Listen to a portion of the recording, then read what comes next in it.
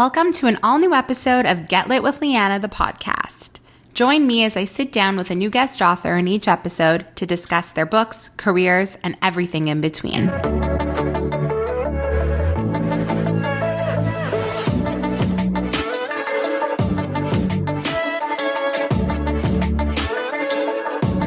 Today I'm joined by romance author Falon Ballard, who wrote the new book, Just My Type. I absolutely love this book for so many reasons, but mostly because it reminded me of one of my favorite movies ever, How to Lose a Guy in 10 Days. I had the best time chatting with Falon all about this book, how she came up with the concept, her favorite moments while writing, her favorite moments while reading it. We fan casted the book, and we even got to talking about what she's working on next. So without further ado, my conversation with romance author Falon Ballard starts right now. Welcome, Falon, to the podcast. I'm so excited to have you here. I absolutely loved Just My Type. So this is very fun, very exciting. How are you? Oh, thank you so much. I am doing very well. It's always nice to start my day off with people saying nice things about me. I agree. I love when that happens to me too, though admittedly, it's probably less for me than you. But anyway, I'm so excited to have you here. I've been going through this journey lately, I feel, with romance books where I just find that I'm over everything. And I just felt that I was hitting a wall, honestly, with rom-coms. And I was like, I don't know what it is, but it's just not doing it for me. And I obviously was had this podcast planned with you, and I really loved your first book. So I was like, I just need to man up and start it. And I was so pleasantly surprised because I was so nervous that I was going to be this book may hit for me in 3 months from now, but right now it's just not. That was so not the case. I loved it from the very beginning because it just spoke to so much of me and my passion and what I love in life. So I'm so excited to have you here. But before we talk about Just My Type and Lianna Love and all that, I would love to first know a little bit more about you and your writing background and how this whole author thing came to be for you. Yeah. So, I have always been a writer. I was definitely that weird little kid that was writing short stories during recess. I have a very vivid memory of writing a short play when I was in third grade and making all of my friends perform it with me, which just the cringe and the secondhand embarrassment of that memory is real strong. But I just have always loved writing. When I was a grown-up, quote unquote, I was a teacher for 8 years. And I found in that stretch of time, it was really hard for me to have any creative brain energy left at the end of my day. So that was the only time when I really wasn't doing a lot of creative writing. I was blogging and doing some of those things, but I wasn't writing any stories. And so once I stopped teaching, I had this moment probably 6 or 8 months after I stopped teaching, and I was like, oh my God, I want to write again. And so I just sat down one day. I wrote a YA dystopian Romeo and Juliet retelling. Oh my gosh. It is awful. It's so bad. That's funny. And for some reason, I was like, I should try to get this published. And that sort of began my foray into actually learning how to get published and figuring out the things that you need to do. And so from there, I was like, actually, I think I'm more a romance person. Let's go that direction. Yeah. And then I did pitch wars. That's how I got my agents. Oh, wow.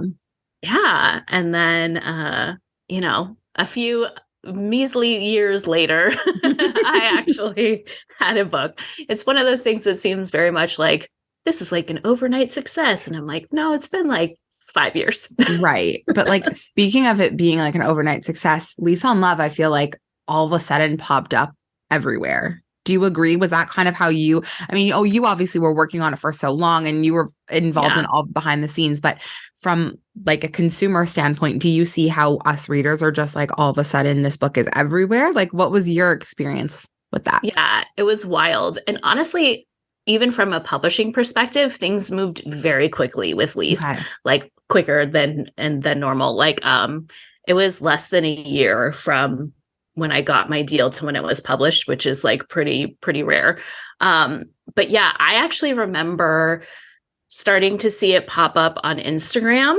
And that was kind of like my first moment of like, oh, like there are people out there like reading this book, which is both terrifying, of course, but also just like so amazing to see. And I just started getting like so many DMs and messages and getting tagged in these beautiful posts. And, you know, obviously the cover for Lease on Love is like so gorgeous. I'm so in love with it. And so I think it really was like an Instagram sort of favorite because the cover makes for such good photographs. So I got very lucky with that.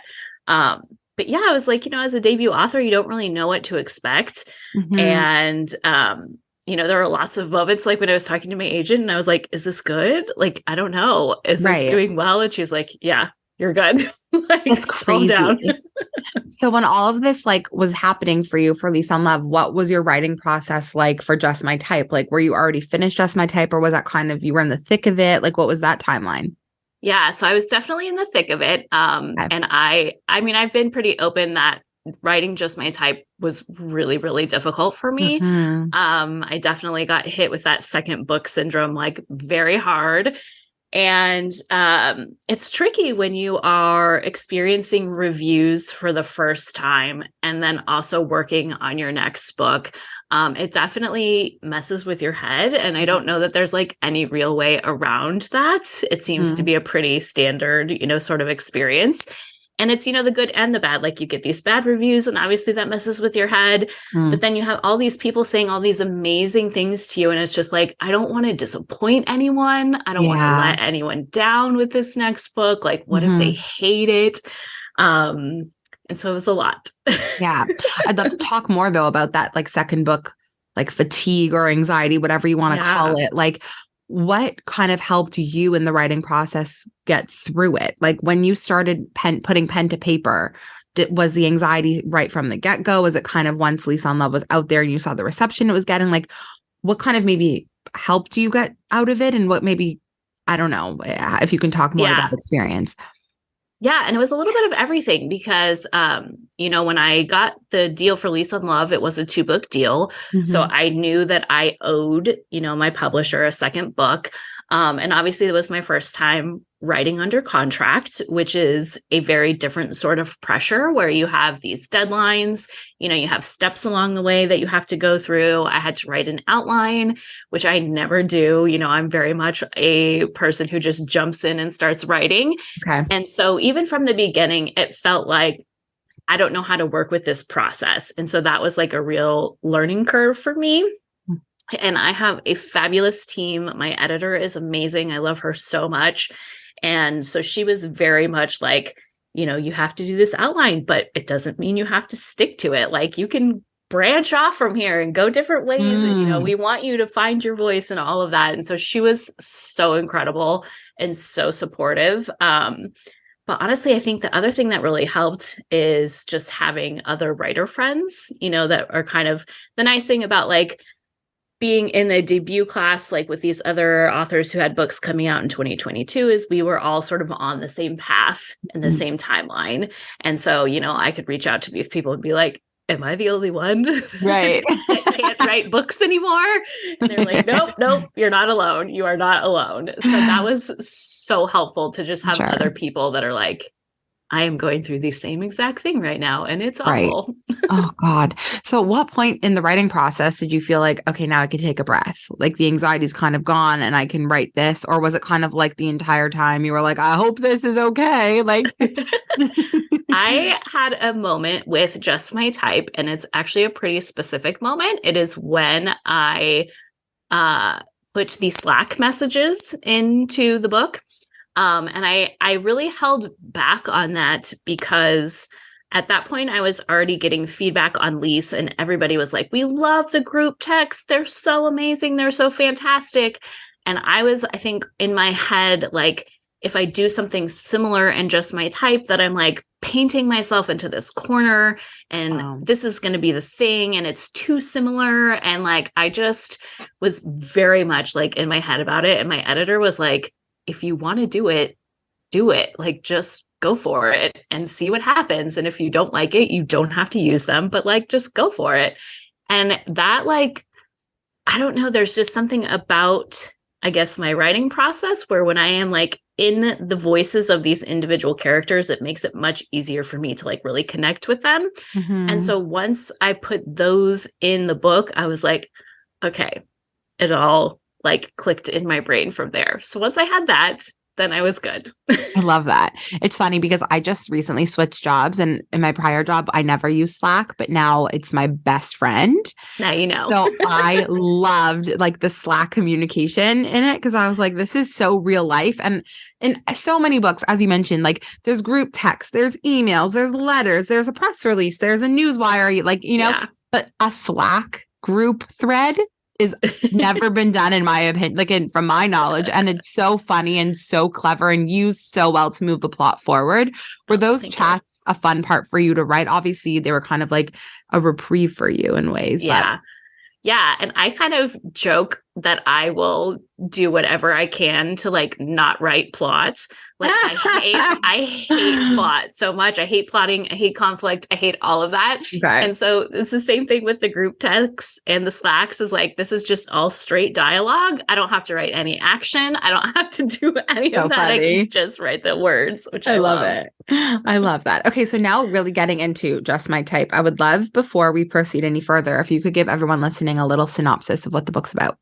Yeah, so it is a second chance romance. It is about two high school sweethearts who break up when they go to colleges on, opposite sides of the country. And they don't really see each other much for quite some time. And they are reunited after 12 years when Seth, the love interest, shows up at Lana's job. She works for a news magazine kind of website based in LA. And so he shows up one day and is like, hey, I'm here. I work here now. And then their boss decides to pit them against each other in this competition. And the winner is going to get this sort of like prized column that they both really want. So very like How to Lose a Guy in 10 Days inspired. Yes. I am like a huge 1990s, 2000s rom-com fan. So I wanted it to have like all those vibes. I love it. And I feel like that's one of the main reasons why I love this book so much, and especially how it helped me get out of my slump, because I was really not in the mood to read something like this. And then reading this, it just totally brought me back immediately to like my favorite movies. And obviously like How to Lose a Guy in 10 Days is chart topping for me. It's one of my absolute faves. So this concept, like how did it even come to you? And also before we get any further, I just have to address that I was cackling at your Instagram story when you shared that you sent a copy to Kate Hudson. I did. And I need to be kept in the loop. If you ever get any form of a response, like she would love this book for sure, but I need to know if like it actually gets into her hands, because that is just the like the mashup, like the what do kids call it these days? The I don't know, whatever that we all need. Yeah. I forget. Oh, I was talking with Erin LaRosa, who wrote For Better or Worse, which I absolutely adored. And we were at lunch one day and she was like, you need to send this book to Kate Hudson. And I was like, I can't do that. And she was like, yes, you absolutely can. And you must. And so I was like, okay. And so I did. Obsessed. No, it's so funny. But so how did the book of the concept of this book even come to you? Like, what was that storyline like in your head? So I was watching the final movie in the To All the Boys I've Loved Before trilogy. Fantastic, of course. And as a woman in her late 30s, I'm, watching the end of this movie where like Laura Jean's going off to NYU and Peter's going off to Stanford. And I was like, this is adorable. You guys are going to break up in 3 weeks. Like, this is not going to last. Like, you're the cutest. This is not a thing that is going to happen for your futures. And so that was sort of like the first seed of like, okay, so what about you have these two kids that do really love each other and have a good relationship, in high school. Mm-hmm. What would happen if they were sort of like thrust back together after the fact and after they've done a little bit of growing up?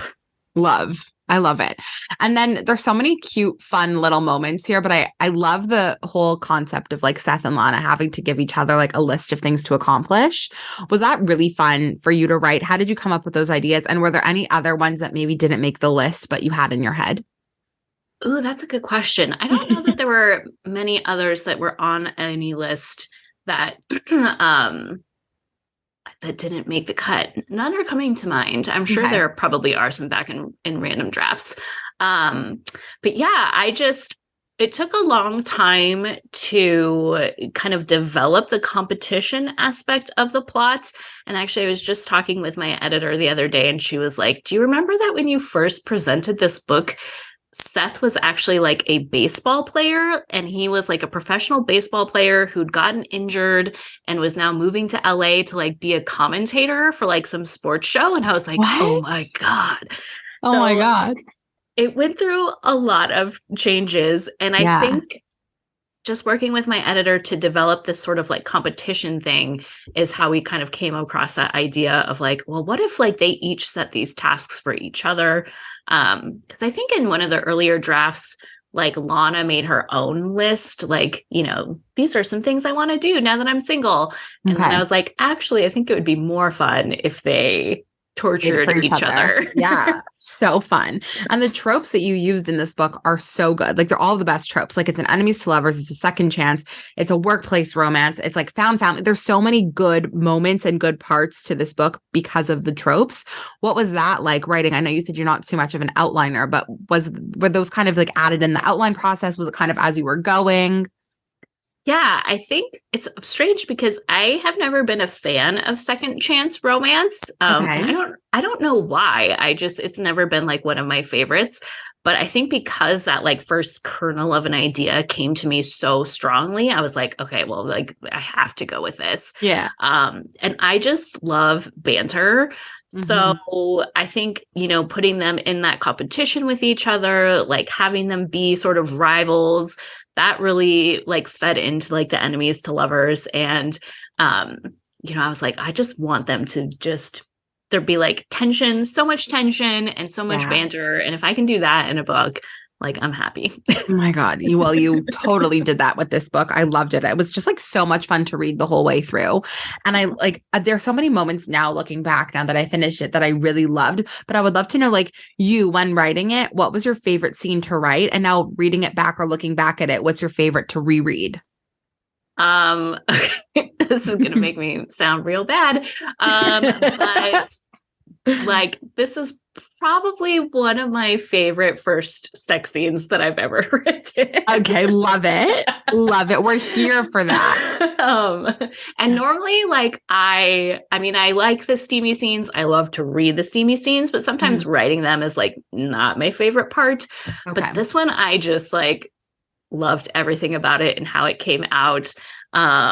I'm here for the gray sweatpants. Here, always. same. Amen. Forever and always. Always. I love the picture you painted. I was really envisioning it so clearly.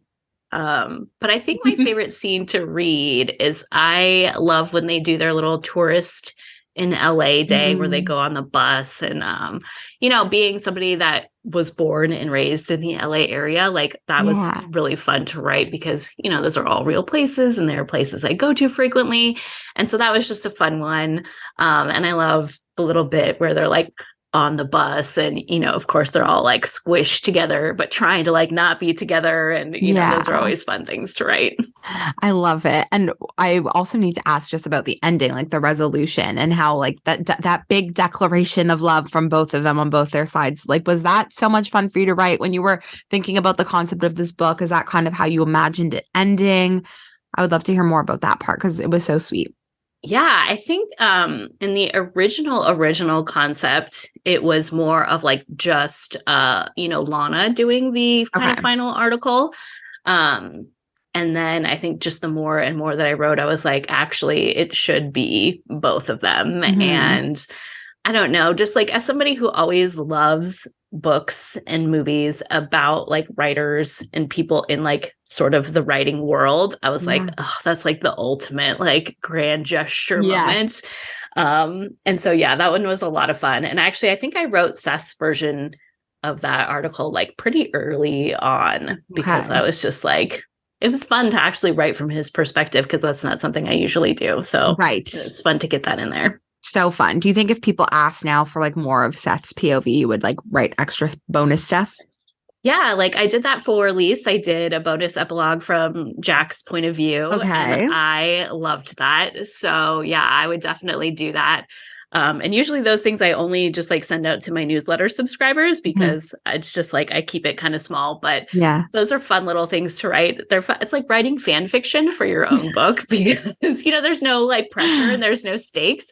So it's just super fun and you can do whatever you want. Oh my God, I love that. So now like thinking about this book as a whole, I'm just somebody that's like really obsessed with every form of an adaptation. Like I wish like more than anything in the world that all of these books that I love and read would be like film and TV because I need to see them come to life. Are you the same way? Oh, you are the same way. Okay, makes sense because you're like a movie junkie like me. So when writing this book, like were you thinking of these characters as any actors in particular? Like do you ever fan cast when you write? Okay, totally. It's weird though. Okay, so I usually only like fan cast my heroes, and I feel like I need to have like a really good image of them in my mind. Okay. So Seth is definitely based off of Sebastian Stan, like hands down. But like, wait, what era of Sebastian Stan? Like Sebastian Stan at what point?